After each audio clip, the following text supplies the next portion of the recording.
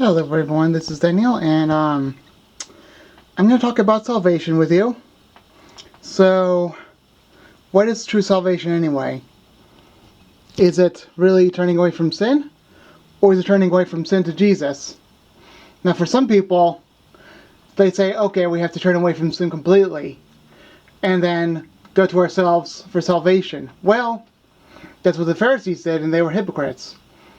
However, if we only turn to Jesus and say, Jesus save me, and then say that you're a sinner, that's also hypocrisy because you believe in Jesus and you don't go to your sin because you're a sinner, because we're all wretched, you know? So what's true salvation? Let's go in between. Because we say, oh, we have to get rid of our sin, but there's a problem. The problem is we do not have the actual ability to get rid of our sin, because one sin makes us go to hell, and one sin is capable of sending us to hell. It's not that cry that makes the mother happy. It's the not crying that makes the mother worried. And if you really make people worried for a bad reason, you're giving a bad rep for God. And that's plainly speaking for me, because I worried my mom by not crying because she was wondering what was wrong with me. Like, was I deaf? Was I disabled? You know. Now, let's speak in plain words.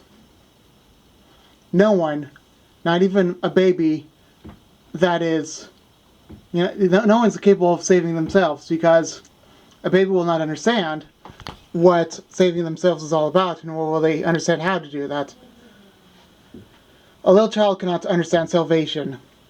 Now, if you're disabled enough and you don't understand salvation, that's true, then you're going to heaven automatically, because don't worry about your completely disabled son that doesn't know anything about salvation, because they're already in heaven.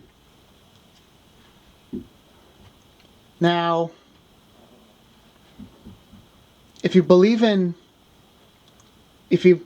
are at that certain age where you're at your certain smart age, if you're smart enough to understand about salvation, which almost every single person is, like 99% of the people are smart enough about salvation, that are not children, or, you know what I mean, that are teenagers, then you have to think about this one thing. Who is Jesus? What did he do? Christian is the only religion that goes against us for our sins, that goes to Jesus, that was on earth, that has died for our sins, and that has taken sin within us, that is taking our guilt. So what's salvation? Jesus was the only person that was God, because he came in flesh. Jesus was the only person that was perfect and was born from a virgin, from God himself. Jesus was the only person that did all this. Believe in him, because he was born before Christ. People only had one thing, because we have BC and AD. Basically, BC is before Christ. That's what BC is all about. So then we won't have that anyway, you know? We'll have AD will turn into after disappearance. No, it won't be after disappearance.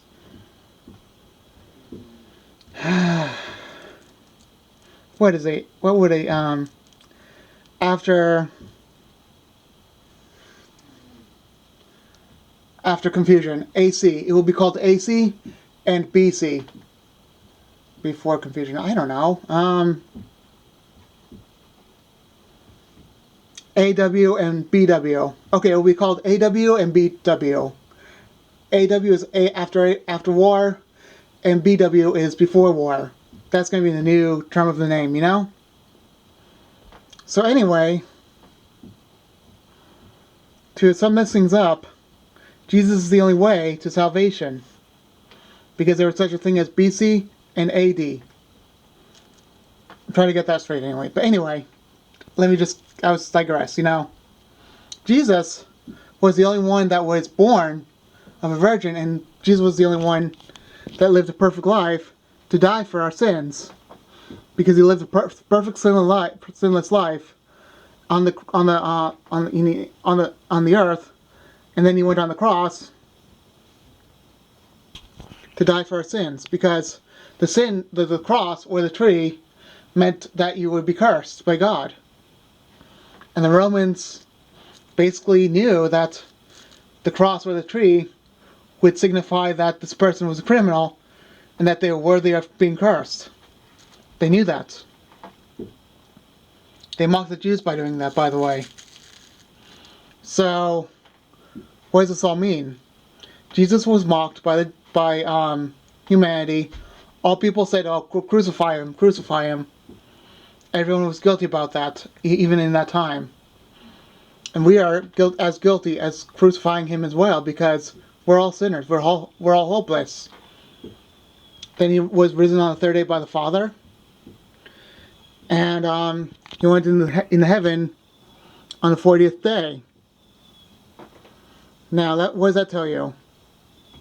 That tells you that by getting his Spirit, we have to do three things.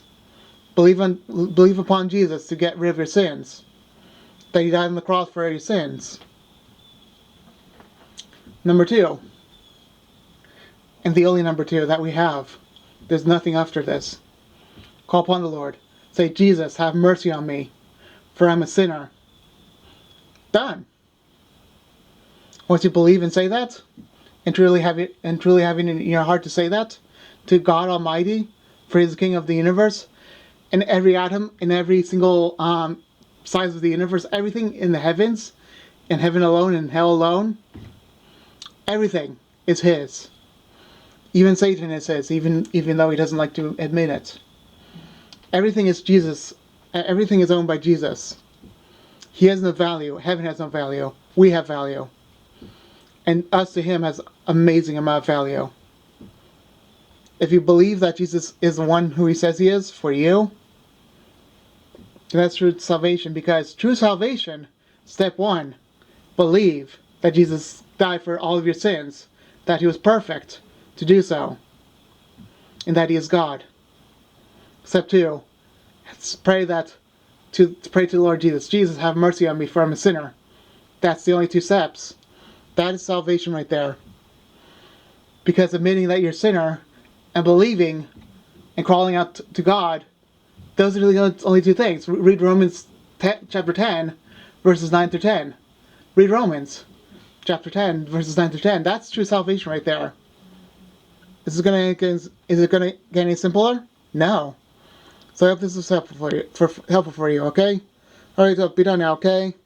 Bye.